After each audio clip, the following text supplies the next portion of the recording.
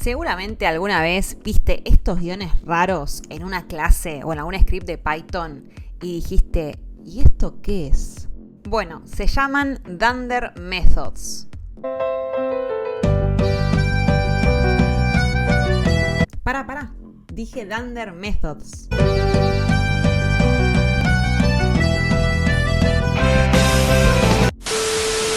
Hoy vamos a ver qué son los Dunder Methods y vamos a tomar juntos un viaje a las profundidades de Python para entender realmente cómo funciona todo por detrás. ¿Qué son los Dunder Methods? Los Dunder Methods son una especie de contrato entre la persona que crea una clase y Python mismo.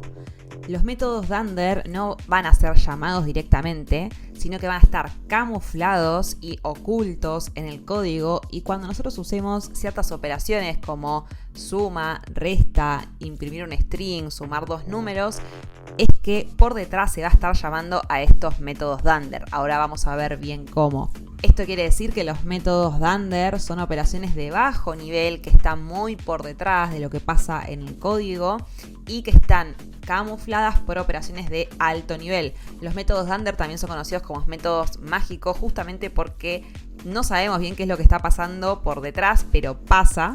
Y es como que pasa como medio por arte de magia. Y comprender estos métodos te va a permitir entender qué es lo que está pasando realmente por detrás cuando hacemos ciertas operaciones, y también crear tus propios métodos Dunder, lo cual puede ser bastante útil. Bueno, vamos a empezar a ver cómo se usan los Dunder Methods, dónde están. Vamos a hacer una operación bastante común que es la suma, y vamos a sumar dos ints y dos strings y vamos a ver los resultados.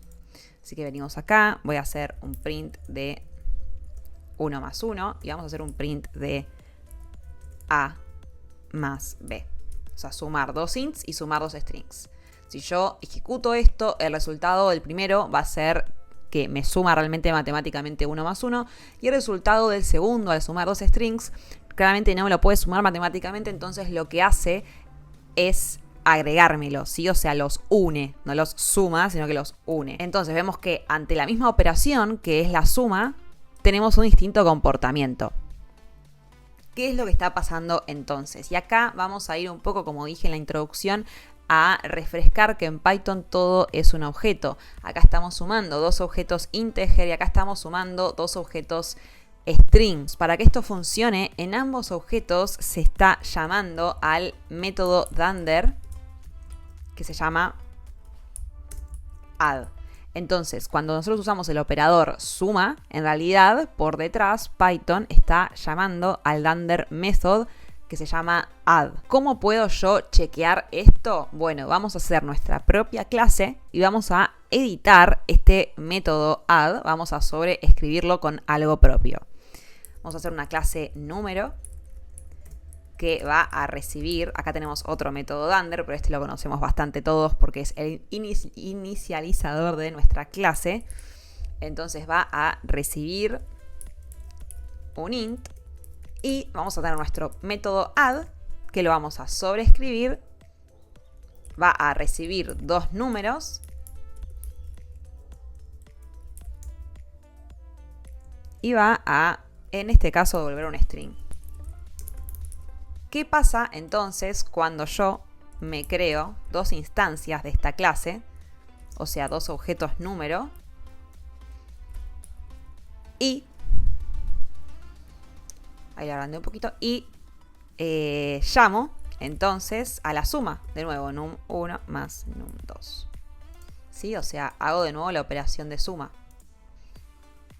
Me va a devolver esto, estoy sumando. Entonces acá vemos que cuando nosotros usamos el operador suma o más, en realidad estamos yendo a la clase y ejecutando este método, que en todas nuestras clases, en string, en int y en las demás, en las listas, etcétera, vamos a tener este objeto. ¿Cómo puedo yo saber que existe este método? Bueno, es muy sencillo. Primero, por ejemplo, si nosotros imprimimos el tipo de, vamos a hacernos acá un número 3, que sea un int, y vamos a imprimirnos el tipo de número 3, nos va a decir que es una clase de tipo int, y si nosotros imprimimos todos los métodos de este objeto, recuerden que es un objeto, nos va a decir que tenemos todos estos Dunder Methods.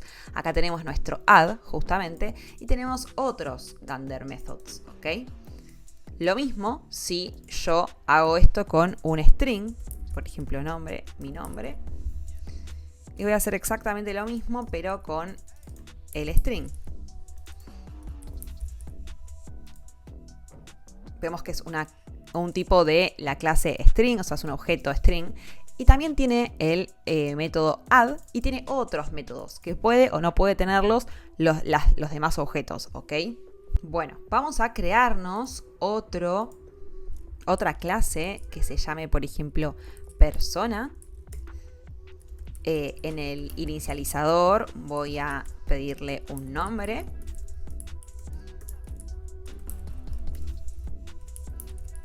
Voy a crearme una instancia, o sea, un objeto de la clase persona.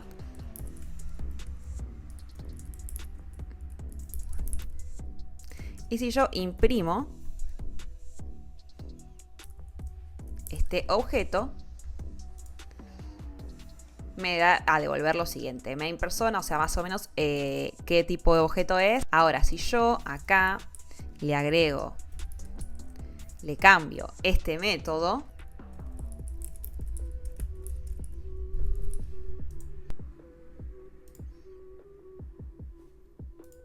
este método, ahora cuando yo imprimo el objeto ya no me devuelve más esto de la cosa enorme de a qué clase pertenece y a dónde está alojado, sino que me devuelve lo que yo le dije acá, que es el self nombre. Puede devolver esto como puede devolver otra cosa. Por ejemplo, yo acá le puedo poner también una edad, que va a ser un integer, y acá yo le voy a poner la edad. Acá se la voy a agregar y entonces cuando hago el return puedo decir self nombre tiene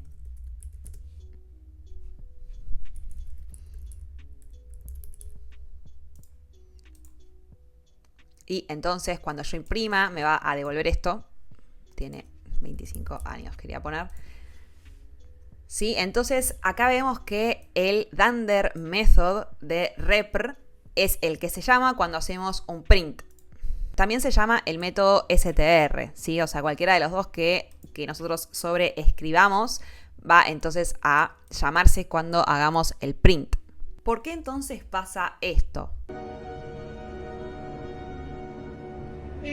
Nos estamos dando cuenta que todas las estructuras de datos están basadas en como un tipo de estructura de datos que según el creador de Python es un tipo de data structure de C, en donde las variables, las listas, las funciones y las clases están todas basadas en la misma estructura, con alguna que otra variación, digamos, ¿no? Está todo basado en lo mismo. Es por esto que todo en Python termina siendo un objeto, ¿sí? O sea, un integer es un objeto, una función es un objeto, una variable es un objeto. Por ejemplo, vamos a crearnos acá una función que va a ser saluda, ¿ok? Y que va a simplemente devolver hola mundo. Acá creamos una variable f y le asigno la función, ¿sí? Sin llamarla, ¿ok? Se la asigno nada más. Y acá imprimo el tipo de saluda. Me va a decir que es un tipo de clase function, o sea que function es un objeto también, ¿ok? Y si yo imprimo, como hicimos antes también, la lista de métodos de f, vemos que desde la clase function tiene todos estos Dunder Methods y otros métodos, ¿ok? Este tema de los Dunder Methods nos va a servir para los videos siguientes, por eso es que lo estoy explicando más que nada. Y vamos a, por último, hacer un ejemplo que les va a servir a ustedes para entender la utilidad que se le puede llegar a aplicar a estos Dunder Methods, donde nos vamos a crear nuestro propio método mágico, como hicimos más o menos acá, ¿sí? Pero algo un poco más útil, en una clase propia. ¿Ok? Todo esto, paréntesis, lo pueden ir a ver acá, ¿sí? En este link que les dejo, que es del Data Model de Python, ¿sí? Tenemos mucha información y tenemos información sobre justamente cada método mágico, ¿sí? Así que se los voy a dejar acá en la descripción para que lo puedan ir a chusmear si quieren. Y nosotros vamos a tratar con un Dunder Method que sirve para los diccionarios, que se llama Missing, ¿sí? Y que justamente este método mágico es el que se llama cuando nosotros queremos acceder a una clave de diccionario que no existe en nuestro diccionario. Es ahí donde se levanta una excepción, básicamente, ¿ok? Entonces vamos a cambiar este comportamiento. Vamos a crear nuestra propia clase de un diccionario y le vamos a cambiar el comportamiento. ¿Cómo creamos nuestra propia subclase de diccionario? Bueno, para esto vamos a tener que crear una clase cualquiera, que se llame diccionario, por ejemplo, y esta va a heredar de dict todos sus métodos. No vamos a declararle un inicializador, eso también lo va a heredar de dict, y vamos a entonces agregarle el método missing, que va a llevar la key, ¿no?, que yo estoy buscando, y en el caso de que no estés aquí, yo no quiero que me rompa, sino quiero que me devuelva esta key no existe, ¿sí? Entonces vamos a crear nuestro diccionario. Vamos a agregarle algunas keys, ¿ok? Yo quiero acceder a mi mail, ¿no? Entonces quiero decir, bueno, print my dic mail. Pero esta key no existe en mi diccionario. Obviamente esto me rompería en una situación normal, pero acá no me va a romper, sino que vemos que va a llamar al método missing y me va a devolver esta key no existe. Si yo esto lo haría con un diccionario normal, esto me rompe porque no encuentra la key. También podría tranquilamente, en vez de retornar un string, podría retornar none. Y listo. Entonces, en ese caso, no existe, listo. Entonces yo acá puedo decir if not my dic mail. O sea, si no existe, se la puedo pedir, ¿no?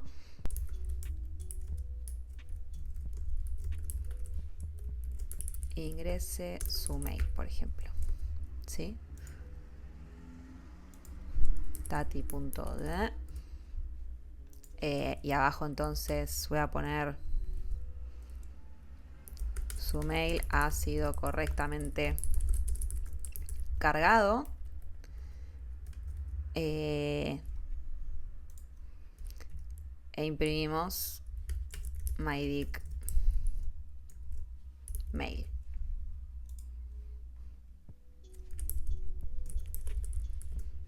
¿Sí? Perfecto. Ahora, otra cosa que podemos hacer es, por ejemplo, yo quiero crear que este diccionario no pueda, le puedo agregar, pero no le puedo borrar, no le puedo borrar data. Entonces, supongamos que yo me arrepentí y quiero borrar mi mail, ¿no? Entonces puedo, dentro de mi clase, en el método que se llama del item, que lo tienen de nuevo en la documentación, ¿sí? Tenemos setItem, que es para setear, tenemos del, que es para eliminar, y tenemos otras cosas, tenemos missing, que es el que usamos, y así. Entonces, acá tenemos la documentación de cómo ¿ves? Te dice que se llama cuando quiere implementar la eliminación de una key del diccionario. Entonces vamos a hacer eso. Va a recibir la key, obviamente, que quiere borrar, y vamos a decir no se puede eliminar keys.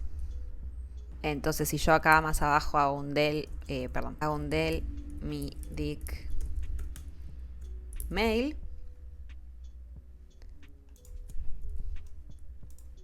y ejecuto esto, claro, acá no nos va a poner nada porque no le hice un print. Vamos a ponerle un print, perdón, para que sea más claro y sea más visual. Ahí estamos, ahora sí. No se puede eliminar, y de hecho no se elimina, ¿no? O sea, si yo acá más abajo de nuevo hago my dic mail, no se va a eliminar. Ok, esto no se va, o sea, no se ejecutó nunca la eliminación, digamos, ¿sí?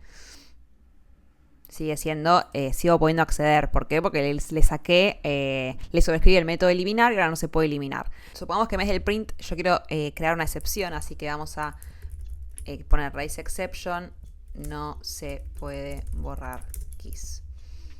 ¿Ok? Si yo vuelvo a ejecutar esto, ahora entonces directamente me va a romper cuando yo quiera eliminar una key, ¿sí? De la misma manera que antes en un diccionario normal me rompe cuando no encuentro una key, ahora yo quiero que me rompa cuando quiero eliminar una key porque no se puede, ¿ok? Bueno, y eso fue todo por hoy por los Dunder Methods. Espero que les hayan gustado, que prueben ahí a ver qué otros métodos pueden llegar a usar, que me dejen en comentarios si hay otros que les coparía, que ustedes usaron y demás. Recuerden que esto es esencial sobre todo para que entendamos los próximos videos, así que eso es todo por hoy. Les mando un saludo y nos vemos en otro video.